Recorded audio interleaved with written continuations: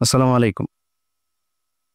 আমরা কয়েকদিন ধরে কিছু মানুষের আ কার্যক্রম লক্ষ্য করছি, উদ্বেগের সাথে লক্ষ্য করছি যে তারা ইনিয়ে বিনিয়ে কিছু সাংবাদিক, ইনফ্লুয়েন্সার, সোশ্যাল মিডিয়া অ্যাক্টিভিস্ট এরকম অনেকেই দেখছি যে ইনিয়ে বিনিয়ে একটা জিনিস বোঝানোর খুব চেষ্টা করছে যে জিনিসটা খুবই হাস্যকর। বাংলাদেশে টো বলে কোনো কিছু নাই। ভারতীয় আধিপত্যবাদ এই দেশে কোনোদিন হয় নাই। এর সাথে আবার এমন কিছু রাজনৈতিক দলও এটাকে হাস্যকর পরিস্থিতিতে নিয়ে গিয়েছে, যারাই এতদিন ধরে এই ভারতের গোয়েন্দা সংস্থা, ভারতের আধিপত্যবাদের বিরুদ্ধে কথা বলেছেন। তো ওই যে একটা কথা আছে না যে, যে যায় লঙ্কা সে হয় রাবণ। পরিস্থিতিটা অনেকটা এরকম। তো সুখ দেখলে দুঃখের কারণগুলো খুব দ্রুত ভুলে গেলে ওই সুখ কিন্তু বেশিদিন থাকে না, থাকবেও না। আমি একজনকে দিয়ে আজকে উদাহরণটা আপনাদেরকে দেব। এটা ওনাকে দিয়ে যদি দেই, তাহলে মোটামুটি অন্যদের উদ্দেশ্যটা কি সেটা আপনারা নিজেরা যদি একটু চিন্তা করেন, ওইটার সাথে মিলালে সবগুলো বুঝে ফেলতে পারবেন। বিবি নুরুল হক নূর এই দেশের উদীয়মান একজন তরুণ রাজনীতিবিদ ছিলেন। তো ছিলেন কেন বললাম, সেটা হচ্ছে যদি সম্মুখ যোদ্ধা হিসাবে চিন্তা করেন, আমাদের চাইতে তিনি উৎকৃষ্ট মানের আওয়ামী বিরোধী একজন রাজনীতিবিদ বা যোদ্ধা যেটাই বলেন, অনেক কিছু করেছেন এবং তার প্রতিদানও বাংলাদেশের মানুষ তাকে দিয়েছে। অকুণ্ঠ ভালোবাসা, অপরিসীম ভালোবাসা নুরুল হক নূর পেয়েছেন। না চাইতেই তিনি টাকা পয়সা পেয়েছেন। আমি নিজেও আমার এখানে অনেক বন্ধু বান্ধবের কাছ থেকে মানে একটা বিশেষ সংগঠন তারা করেছিল, আমি নিজে বলেছি ভাই ওদেরকে কিছু টাকা দেন। মাঝে মধ্যে এখান থেকে অনেক টাকা পয়সাও গিয়েছে, আমি নিজেও জানি। আমি নিজেও পার্টিসিপেট করেছি, আমার পকেট থেকে টাকাও দিয়েছি, তার পক্ষে কথা বলেছি, অনেক ভিডিওতে পোস্টে তার পক্ষে কথা বলেছি। তো উনি যেই ত্যাগ স্বীকার করেছিলেন সেটার জন্য উনি ওনার ভালোবাসাও পেয়েছেন। কিন্তু একটা জিনিস বলে রাখি, বিবি নুরুল হক নূর তিনি একজন সাহসী মানুষ। তিনি ঢাকা বিশ্ববিদ্যালয়ে যেই সময়ে যেভাবে কথা বলেছেন, যেই মার খেয়েছেন, আমি নিজে হলেও মানে ভাব মারার কিছু নাই, আমি নিজে হইলেও ওই ধরনের পরিস্থিতিতে ওইভাবে সামনাসামনি গিয়ে এই মারামারি মার খাওয়া এই পর্যন্ত টিকতাম কিনা আমি জানি না।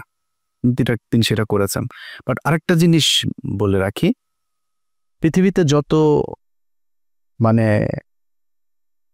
চোর বাটপার ডাকাত, তারপরে প্রতারণার সাথে জড়িত যারা ছিনতাইকারী, সাহসী লোক কিন্তু আওয়ামী লীগের লোক কিন্তু সাহসী আছে, বুঝছেন? মানে বেশিরভাগ চোর বাটপার এই একটু উচ্ছৃঙ্খল টাইপের, হিংস্র টাইপের, যাদের ভেতরে কোনো মনুষ্যত্ববোধ কাজ করে, এই ধরনের লোকজন কিন্তু আওয়ামী লীগ করে বেশি। তো সাহস আছে, মার খেতে পেরেছেন,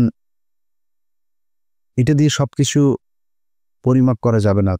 তখনই যাবে যখন আপনার সবকিছু দেশের জন্যই হবে।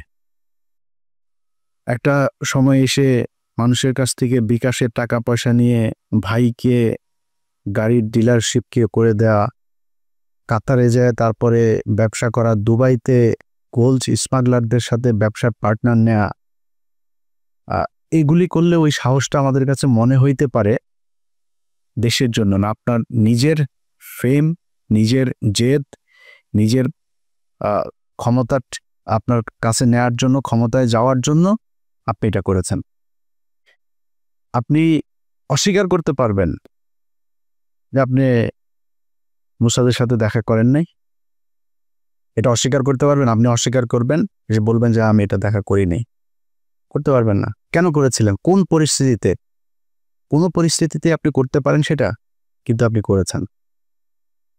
আপনার বাংলাদেশের মানুষ, আমার মনে হয় এর চাইতে বেশি কিছু আর দরকার নাই আপনার মতো একজন ভণ্ডকে পরিচয় করার, চেনার জন্য। ওইটাই এনাফ, গুড এনাফ।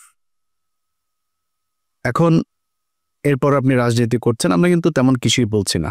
আপনার মতো আপনি করেন, সব চিটার বাটপার দিয়েই তো রাজনীতিটা চলছে এই দেশে। আপনার মতো আরেকটা ছোট চিটার যোগ হইলো, সমস্যা কোথায়?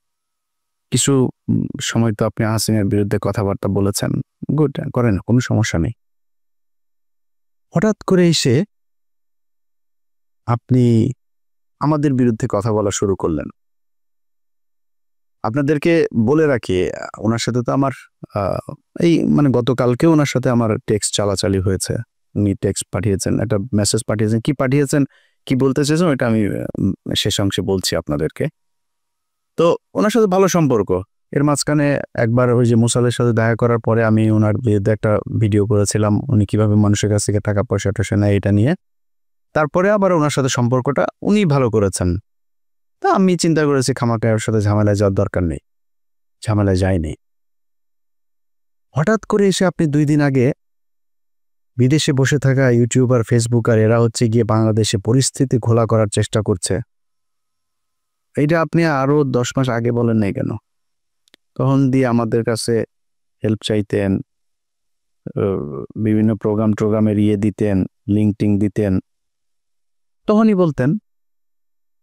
তখন বললে বুঝতাম যে না, আসলে আমরা কোথায় এই দেশে বিশৃঙ্খলায় তৈরি করতে চাই। আপনি সেখানে আরো কিছু খুব গুরুত্বপূর্ণ কথা বলেছেন। এই ল অ্যান্ড অর্ডার এটা তো এখনো মব জাস্টিস দিয়ে চলছে অনেক ক্ষেত্রেই। সেনাপ্রধান কেন বলছেন যে এই সমস্ত মব জাস্টিস চলতে দেওয়া যাবে না, এবং আমরা নির্বাচনের কথা বলছি, উনিও নির্বাচনের কথা বলছে, এটা তো দোষের কিছু না। অযথা সেনাবাহিনীকে আপনার আরেকটা মুখোমুখি অবস্থানে দাঁড় করিয়ে একটা জনগণের মাঝে বিভ্রান্তি তৈরি করার তো কোনো মানে নাই।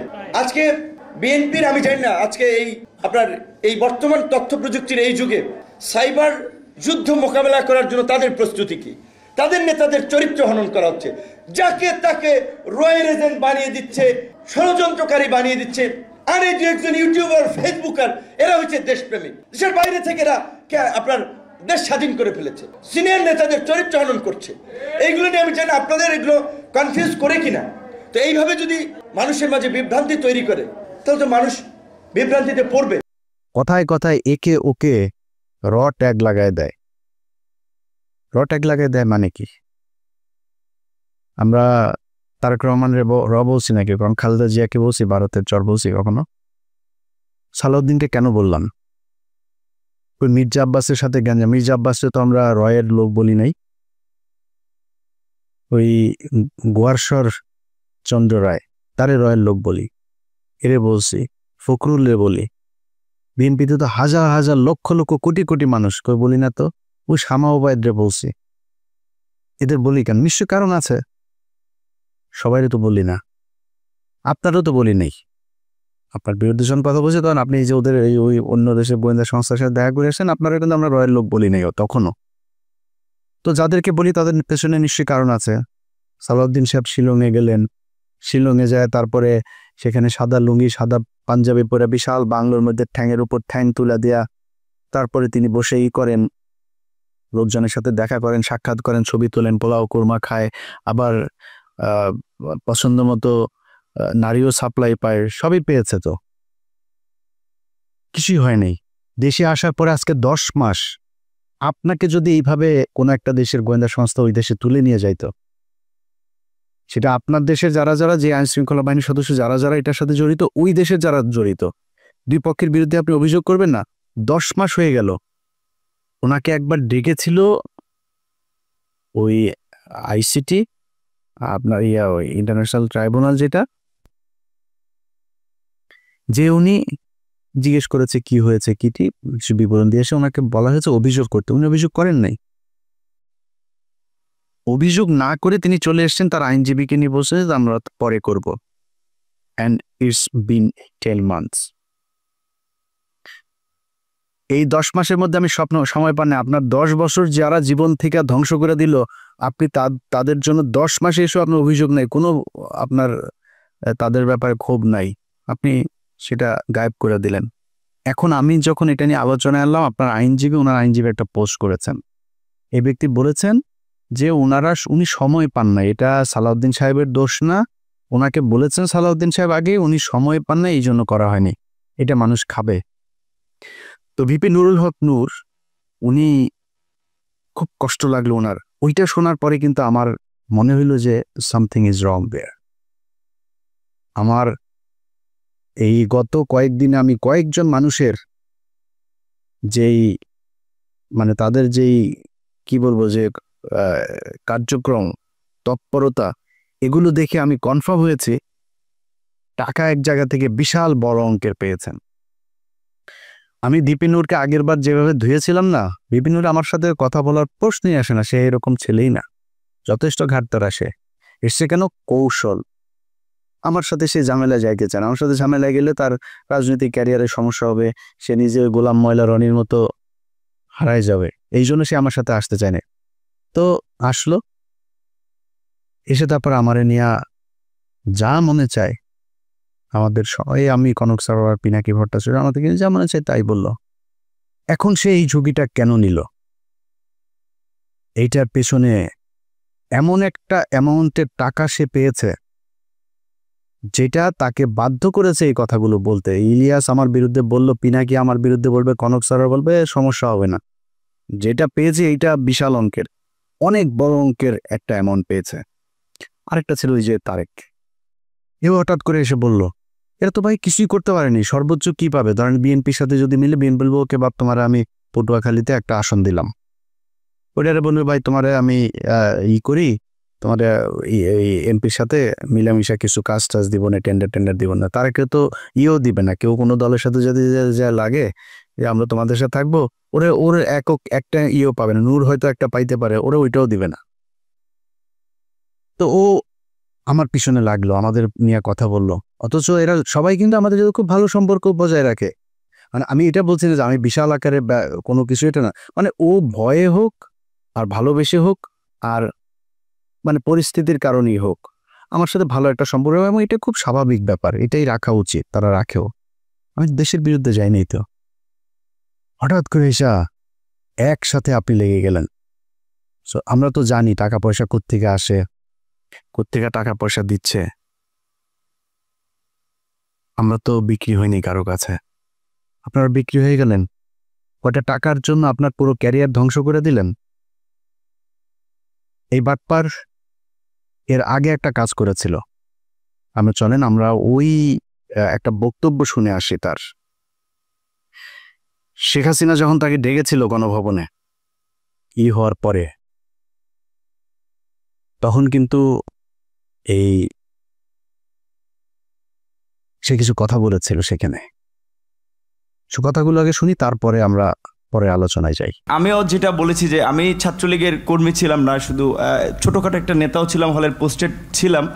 আর আমি বিভিন্ন প্রোগ্রামে গিয়েছি, আমি দেখেছি নেত্রীকে ঢাকা মেডিকেল যখন বার্ন ইউনিটে বিএনপির আন্দোলনের সময় যখন আছে বিভিন্ন অকারেন্সগুলো ওঠে, তখন তিনি গিয়েছেন, আমরা রাস্তার পাশে দাঁড়িয়েছি, তাকে দেখেছি গাড়ির কালো গ্লাস থেকে, স্পষ্ট দেখতে পারিনি, টিভিতে দেখেছি।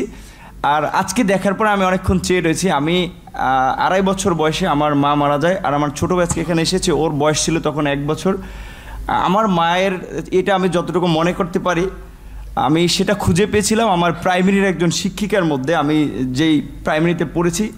আর আজকে আমি মাননীয় প্রধানমন্ত্রী এতদিন টিভিতে আমি ওভাবে দেখতে পারিনি, কিন্তু আজকে দেখে আসলে আমার মনে হয়েছে যে তার মধ্যে আমার মায়ের চেহারাটা আমি কিছুটা দেখতে পেয়েছি, এরকম একটা জিনিস হচ্ছে। সেজন্য অনেকে আসলে বিভিন্ন উপাধিতে বলে থাকেন। আর আমরা একটা জিনিস দেখেছি যে আসলে তিনি প্রধানমন্ত্রী হিসেবেও, আমি বলবো না তিনি প্রধানমন্ত্রী, তিনি সবার প্রধানমন্ত্রী, তারপরেও তার কিছু স্পেশাল আসলে ক্যারেক্টার যেটা আমরা দেখেছি, যে কখনো ছোট শিশুকে কোলে নিয়ে, মানে একদম সিম্পল একজন যে নারীর যে ভূমিকা, সেই ভূমিকা অবতীর্ণ। আবার যখন দেখেছি আন্দোলন সংগ্রামে, মানে তার শুনেছি ওই সময়ের তার সেই মানে ছাত্র রাজনীতি থেকে উঠে এসেছে, তার কৃতিত্বের কথা আমরা শুনেছি। আর বঙ্গবন্ধুর কথা তো এটি আসলে তো শুধু আমরা না, সারা বিশ্বের মানুষ জানে। আর তার সুযোগ্য কন্যা যদিও শেখ রেহেনা আপা আমরা রয়েছে, কিন্তু এটি তো আমরা মানে সবার মধ্যে সব গুণ এককভাবে থাকে না, কিন্তু আপা আমরা মনে করি যে আসলে যেটা বঙ্গবন্ধুর মধ্যে অনেকে বলে যেটা ছিল, তার পুরোটা মনে হয় যে আমাদের নেত্রী পেয়েছেন। আমার আপার প্রতি অনুরোধ থাকবে যে আসলে অনেকে যেটা আমি আপা বলতে চাইনি, কারণ আমি আসলে মানে মায়ের ওই জায়গাটাকে তাকে দেখতে চেয়েছিলাম, কিন্তু সবাই ছাত্রলীগ, আমিও যেটি করেছি সবাই আপা আপা বলে, এই জন্য আমার মুখ থেকে ঘটনাটা বের হয়েছে যে আমার ছাত্রলীগের ভাই বন্ধুরাও কেন যেন আমাকে আসলে জামাত শিবির বানানোর জন্য তারা খুব একটি অপপ্রচার করেছিল তাদের ছাত্রলীগের এতগুলো এরকম একটা পোস্টে থাকা অবস্থায়। আর আপনারা দেখেছেন যে আমার পরিবারের, আমি আশা করি যে মাননীয় প্রধানমন্ত্রীর কাছে আমার পরিবারের সকলের মোটামুটি একটা তথ্য আছে, সেখানে দেখেছেন যে আমার পরিবার আসলে মানে পুরো পরিবারে ছিল আওয়ামী ব্যাকগ্রাউন্ডের। কিন্তু আসলে আমি অনেক কথাই বলতে চেয়েছিলাম, কিন্তু আবেগ ভালোবাসায় অনেক কিছুই ভুলে যাচ্ছি। জয় বাংলা, জয় বঙ্গবন্ধু। আর আমি প্রধানমন্ত্রীর অনেকটা প্রোটোকল, এই কারণে আমি অনেকটা আমার একটু ইচ্ছা ছিল যে বঙ্গবন্ধু শেখ মুজিবুর রহমানকে কখনো তো দেখিনি, তার কথা শুনেছি।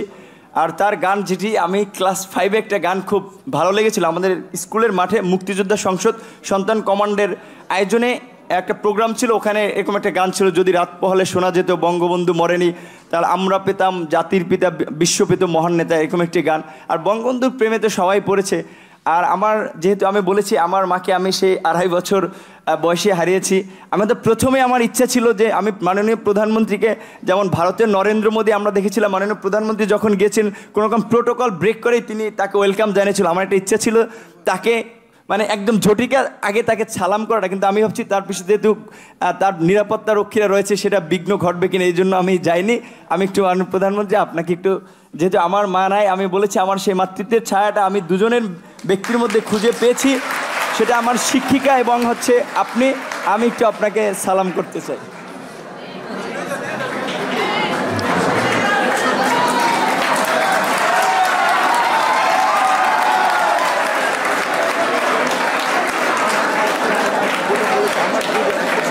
যে বক্তব্যটা সে দিয়েছে, এই বক্তব্যটা আপনারা শুনলেন। এই বক্তব্যটার কনক ভাই তার ইউটিউবে 2 দিন আগে আরেকবার দিয়েছে, ওইটার লিঙ্ক আবার আমি আমার ফেসবুকেও শেয়ার দিয়েছিলাম।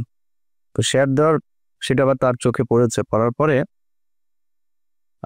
সে সকাল থেকে, কিন্তু আমি ভিডিও যখন রেকর্ড করছি এটা হয়তো আপনারা কালকে দেখবেন, সে সকাল থেকে কনক ভাইকে অনেকবার ফোন দিয়েছে। আমি কনক ভাইয়ের সাথেই ছিলাম, অনেকবার ফোন দিয়েছে সে। ও আমরা অন্য আলাপে ছিলাম, ফোন টোন ধরা হয়নি কার। একটু পরে সে তার ফেসবুকে পোস্ট করেছে, এসব ইউটিউবাররা তার পিছনে আগেও লেগেছিল, সে পাত্তা দেয় নাই, একটা পোস্ট করেছে সে তার ফেসবুকে। তো সে আমাকে একটা লিঙ্ক পাঠিয়েছে, এর কিছুক্ষণ আগে আবার একটা লিঙ্ক পাঠিয়েছিল আমাকে, সে ব্যাখ্যা দিয়েছে। সে ব্যাখ্যায় সে বলেছে, কি বলেছে চলেন ব্যাখ্যাটা আগে শুনি।